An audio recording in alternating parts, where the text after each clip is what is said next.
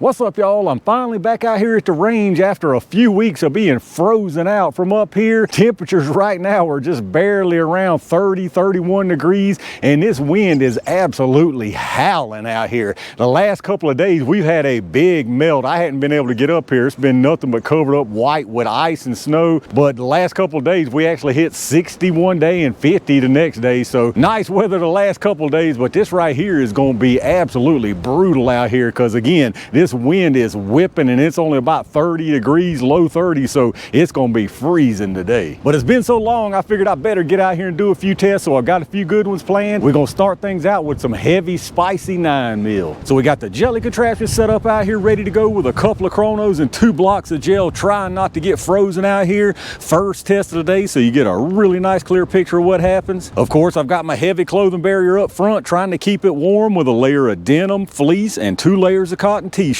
And what we got for this one is some good old 9mm Federal Premium HST, but this time it's in 147 grain plus P. I actually had somebody request that I do a test with this stuff right here. I really didn't realize I had never tested this. I've tested the 147 grain, very, very little even on that, but the last test I looked back that I could find with the standard pressure 147 was through the GX4 with no cloth, and it did a fantastic job. So I believe this is the first time I've tested 147 HST of any time through cloth, and the first time I've tested the plus P version at all. Now the ballistics on this is saying 1,050 feet per second. That's out of a 4-inch barrel, so a little longer than what I'm going to be testing out of today. Here's a look at your cartridge, a nice nickel plated case with that 147 grain HST projectile. And we're switching things up just a little bit from what I normally use for 9mm out here. The person that requested these wanted to see it out of something as close to a 3.6-inch barrel as I could get. So what we got here is the M&P Shield EZ.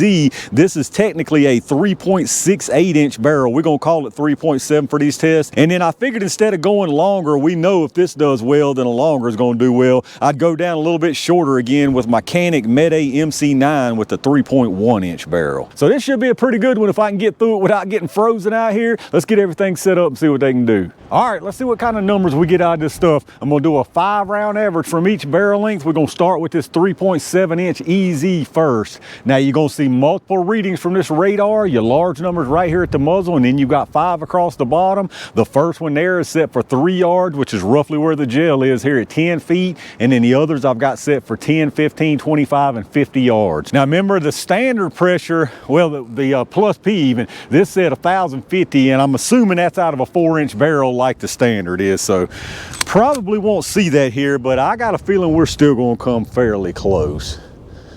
Let's see what happens.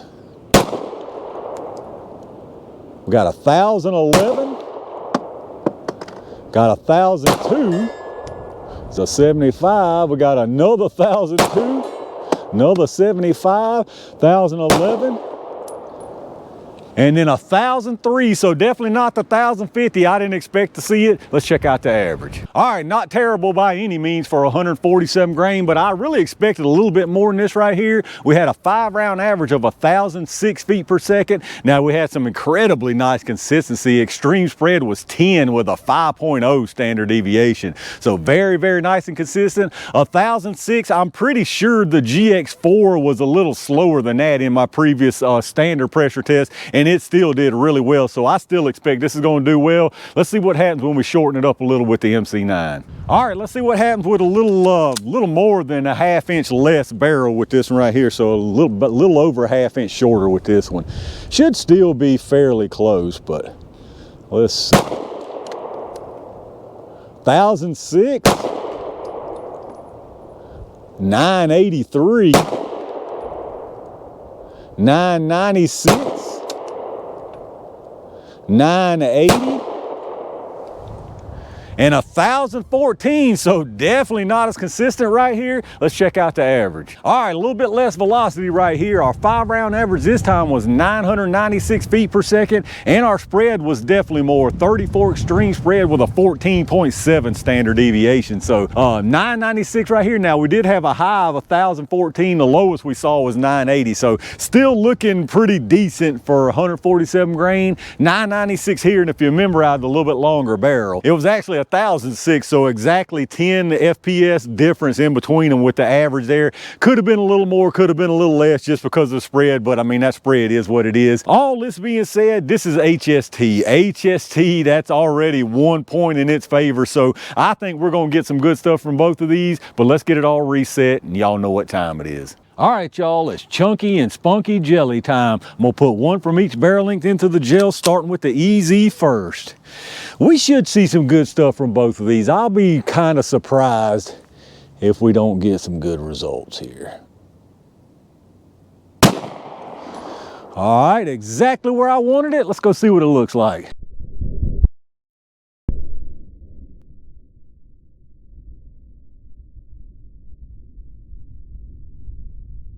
All right, so far so good. Let's see what happens when we take away a 1/2 inch. I got a feeling we still gonna see some pretty good stuff right here. All right, another perfectly placed shot. Let's go check these out.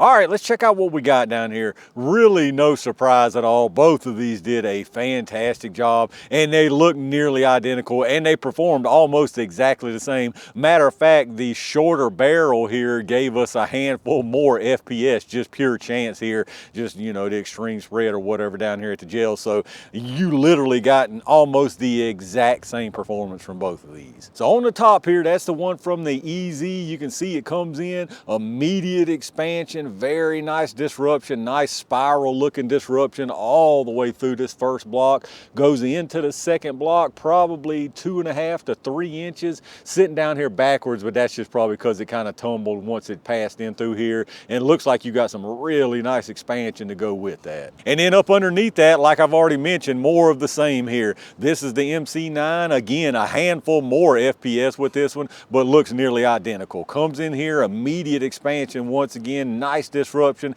nice spiral looking disruption again all the way through this first block. Once again travels into the second block. This one goes just a little bit shorter, but that's probably just chance there. Looks about the same and looks like you've got about the same expansion. Now as far as the distance on them, the one up top from the 3.7 inch EZ, you're at exactly 19 inches, so very nice right there.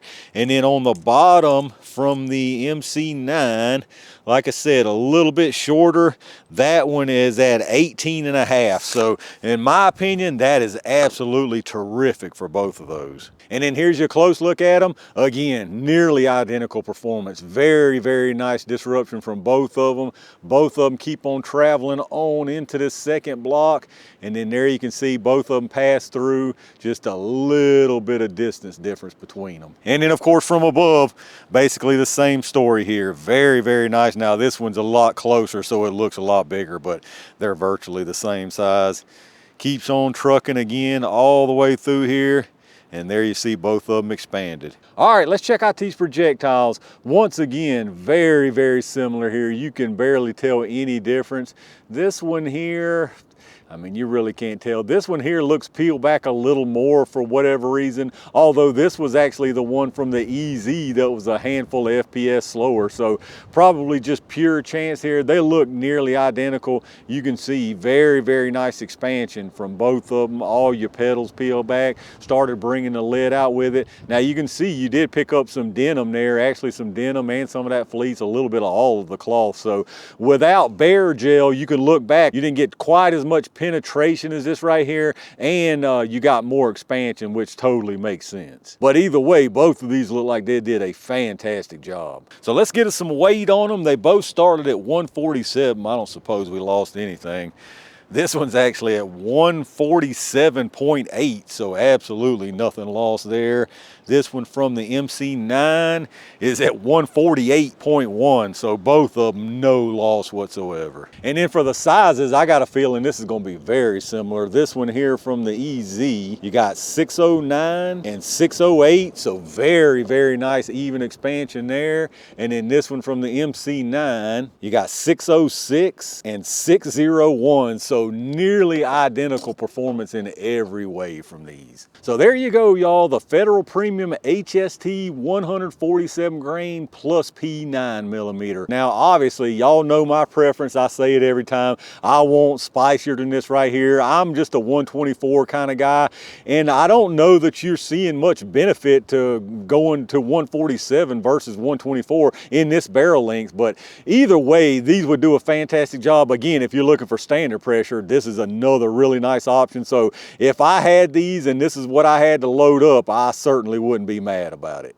All right, y'all, I'm gonna call it right there for some pretty good results to start out the day of testing. Nothing too surprising here. Again, this is federal HST. We all know that if you're talking just commercially available, off-the-shelf stuff, HST is one of the best out there in pretty much any caliber across the board. This was obviously no exception. Very nice performance from both of these barrel lengths, pretty much identical. There's only around a 1/2 inch barrel length difference between them, so that does stand to reason. Now, one thing I'm kind of questioning is whether the plus P is worth it versus standard pressure. I guess whichever one you could get is just fine, because again, the standard pressure from a GX4, which is, I believe it's a 3.1 inch barrel also, it did a fantastic job through bare gel. Now, it wasn't through cloth, but standard pressure through bare gel, I got a feeling you would probably see about the same results here. But let me know what y'all think about it down in the comments. Those of y'all that run 9mm especially if you actually run HST, what weight do you run, 124 or the 147 here?